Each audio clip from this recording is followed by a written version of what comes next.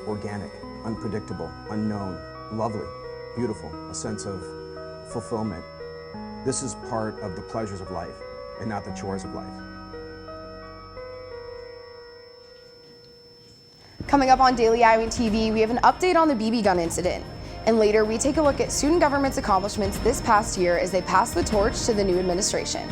Platform of like 67 some items, like one of the biggest platforms. People said it couldn't be done.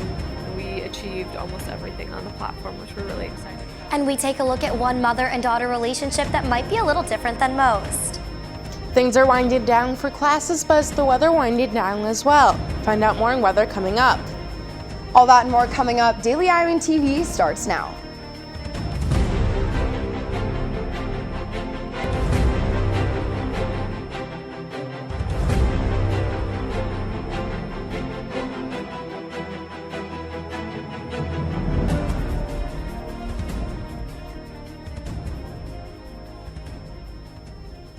Good morning, and thank you for joining us for another Tuesday edition of Daily Iowan TV. I'm Becca Scadden. 2 weeks ago, Iowa City Emergency Services responded to a report of a woman that was shot near the eye with a BB gun in the 2200 block of Davis Street. She was taken to the University of Iowa Emergency Trauma Center for treatment. Since then, police determined this was an accidental shooting, and the party that reported the incident shared false information. The person who filed that report has been charged with false reporting, and the investigation is now closed. Reality TV star and Iowa native Chris Soules has been formally charged in the death of Kenneth Mosher. Soules allegedly struck a tractor driven by Mosher in the evening hours in late April. He allegedly called 911 and left before ambulances arrived on the scene. The charges include a hit and run resulting in death as well as a Class D felony. If convicted, Soules could spend up to 5 years in prison. And the new UI student government administration is taking the reins. Daily Iowan TV reporter Ryan Scott spoke with the incoming and outgoing UISG presidents to find out more. 2016-2017 term for UISG comes to an end. It's time to look back on both the accomplishments and the pitfalls that came with this past year. Outgoing University of Iowa Student Government President Rachel Zuckerman shares her administration's successes in areas of student life, including affordability. We focused our time on non-tuition expenses, so things like textbooks, on housing, food, things like that, where we might have some more flexibility. Mental health. They'll be bringing on a second embedded counselor. And substance abuse among students. To help kick that off, it's called Success Not Excess, and it's just for students who are interested in starting to explore changing their habits around substances. Zuckerman has a lot of faith in the incoming administration led by the newly elected president, Jacob Simpson. I think Jake and Lillian and then the rest of the Senate have great personal experiences, good experience just with working within the university community, and will do a great job. Simpson is excited to continue the work of the past administration, especially in the area of affordable housing for students both on and off campus. Establishing a housing affordability task force and a food affordability task force, and I co-chaired both of those task forces this past year. Zuckerman's last words of advice to the new UISG president: You have to be active and constantly working and moving forward if you want to make progress on your agenda. I feel like my year will be over tomorrow. Like, it really feels like it'll be that quick, and I just want finals to be over so that I can really dig deep into these issues and start working on them right now. Zuckerman will be here over the summer to help transition in the new administration, so they are ready to get going from day one. Reporting from the Iowa Memorial Union, Ryan Scott, Daily Iowan TV. Well, thankfully, we've had some pretty nice weather for this finals week. I'm hoping it's going to continue for the rest of the week. Let's toss over to Sydney Zatz in the weather studio with more. Sydney? Well, Becca, I've really enjoyed sitting on the Pentacrest with some friends and doing that last-minute studying. Classes are winding down in Iowa City, but the temperatures are heating up. Taking a look outside this morning, temps are about 57 degrees with some mostly cloudy skies. As we move into the day, we can see temps reach the upper 60s as we see more clouds roll in. Things will be staying the same throughout the evening, and Wednesday morning, those clouds could carry some rain with them as we see a 45% chance of storms. Now, throughout the day Wednesday, our chances of rain will increase to about 80%. On Thursday, we can see temps just barely hit the 70s as we see that trend continue through Monday. Over the weekend, we can expect some cooler temps at night as we will see a range of temps in the high 40s to low 50s. But during the day, we will see some sunshine and temps hit the mid 70s. Luckily, if you're getting ready to move out of Iowa City for the summer, things are looking pretty dry over the weekend for some moving out. I remember last year was pretty rainy over that last weekend here in Iowa City, so at least it'll be sunny. Good luck on finals, Hawkeyes. Becca, back to you. Thanks, Sydney. One local community garden is facing multiple city code violations. Daily Iowan Metro reporter Kit Fitzgerald has more. Thanks, Becca.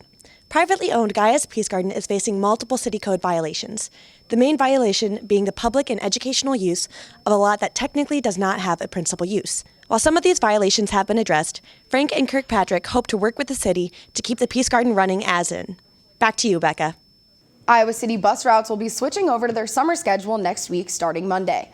The only times affected by this change are the Town Crest and Oak Crest routes, which will now run hourly from 9 a.m. to 3 p.m. Monday through Friday. The free downtown shuttle will cease operation during the summer. The last day for the downtown shuttle is this Friday. This summer schedule will remain in place until August 14th. And for those with family coming to Iowa City for graduation, you may want to tell them to get here early. Iowa City officials are warning drivers there will be a lot of traffic as most graduation ceremonies will be taking place. The UI Department of Public Safety will be posting officers at busy intersections. They also advise against taking Dubuque Street into Iowa City due to the construction on the Iowa City Gateway project.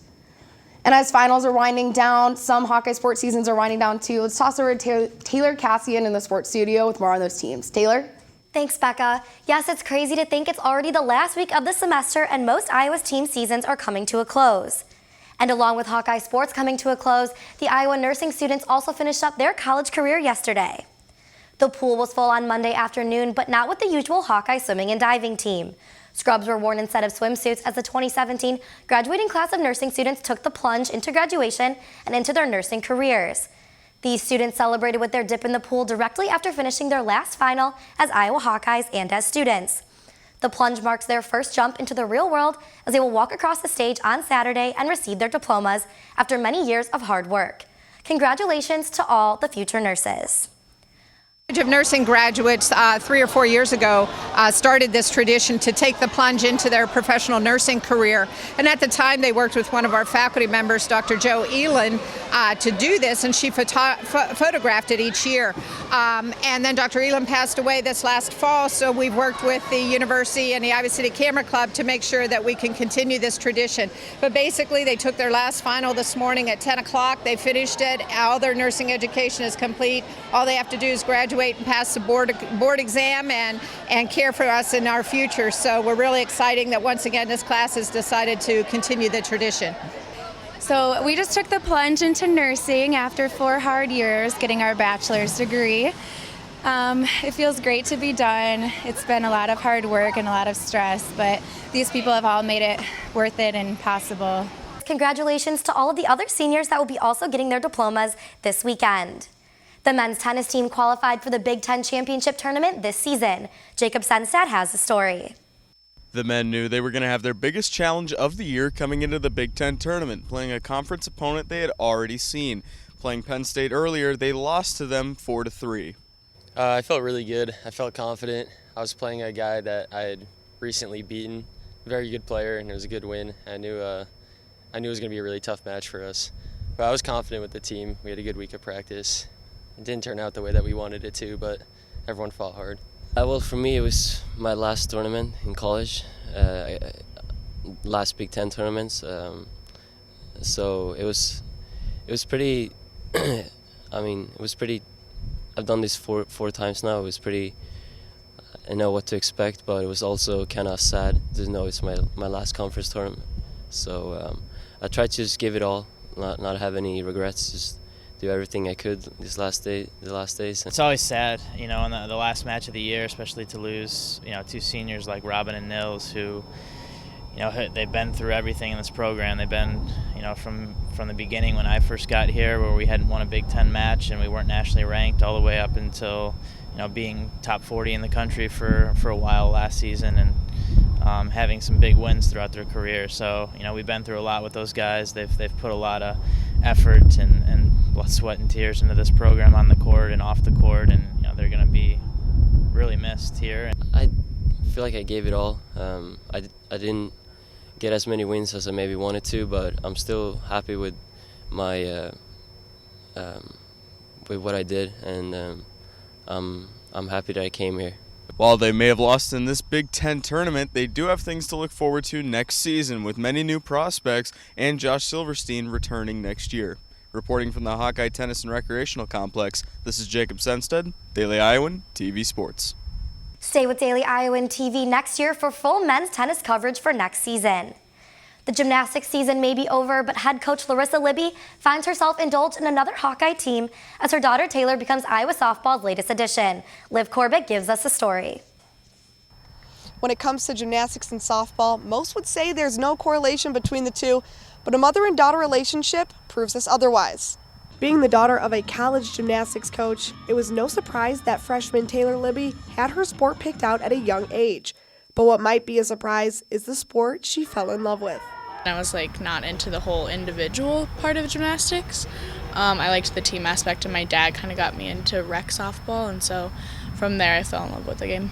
Once she started playing ball, and you could see this little light go off. She was good at it.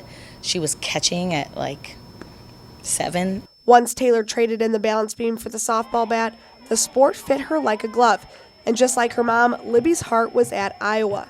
Now the two are able to continue doing what they love and support each other in the process. Anytime that we're close, we're at the games. Anytime that she's close enough to get to me, she's at my meets, whether it's her whole team or, but I know that I am never that far out of her thoughts because she always sends me a text. She does the same thing for me, so it's always fun to get those little texts before games, you're just gonna kill it, sweetheart. And so I love having her here. She's a great time. She has the reverse psychology thing going on. She's pretty good at knowing what I think and when I'm struggling to send the right message to me. Being just a freshman, Taylor still has time to grow and become the player she's driven to be. With her go-get-it mentality, Larissa has no doubt Taylor will be a big impact for the Hawkeyes. The things that she carries naturally, not the athleticism, but that mental ferocity, that the drive to be the best, the leadership qualities. If you get to that, she's going to be an unbelievable player. The gymnastics season may be over for Larissa Libby, but she will continue to support her daughter Taylor for not just the rest of the season, but the rest of her years here as a Hawkeye. Reporting for women's softball, this has been Olivia Corbett with Daily Iowan TV Sports. There's no question that Larissa and Taylor's bond is not only inspiring, but will also be a positive aspect to Taylor's future here at Iowa. Iowa softball also got their seeding for the Big Ten tournament for this upcoming weekend. The Hawks are seeded 11 and open up the tournament against the 32-16 Wisconsin Badgers, who are seeded 6th in the Big Ten bracket. Moving on to Iowa baseball, the team continues their season this weekend with another Big Ten series at Dwayne Banks Field. The team will honor the 45th anniversary of the 1972 College World Series team before Friday's opener against Ohio State. The 1972 Hawkeyes went 25-17 and won Iowa's baseball's first Big Ten title since 1949. The team is still the only Hawkeye squad to play in the College World Series. Members of the team will be at the Friday night game for their memorable reunion. Tune in tomorrow for a closer look at the 4 seniors leading this year's Iowa softball team. Becca, back to you. Thanks, Taylor. Yesterday, Hancher Auditorium announced its shows for its upcoming 45th season. For the 2017-2018 season, Hancher will be bringing an array of shows to Iowa City. Hamilton star Leslie Odom Jr. will be making his way to Iowa City in September as he performs a free concert outside. The event is one way Iowa is marking the return of students for the upcoming school year. For more information and to see more upcoming events, head over to hancher.uiowa.edu. And that's it for this edition of Daily Iowan TV. For more of the latest Johnson County news, check out our website, dailyiowan.com. Don't forget to pick up a copy of the Daily Iowan. From all of us here at Daily Iowan TV, thanks for watching and have a great day, Iowa City.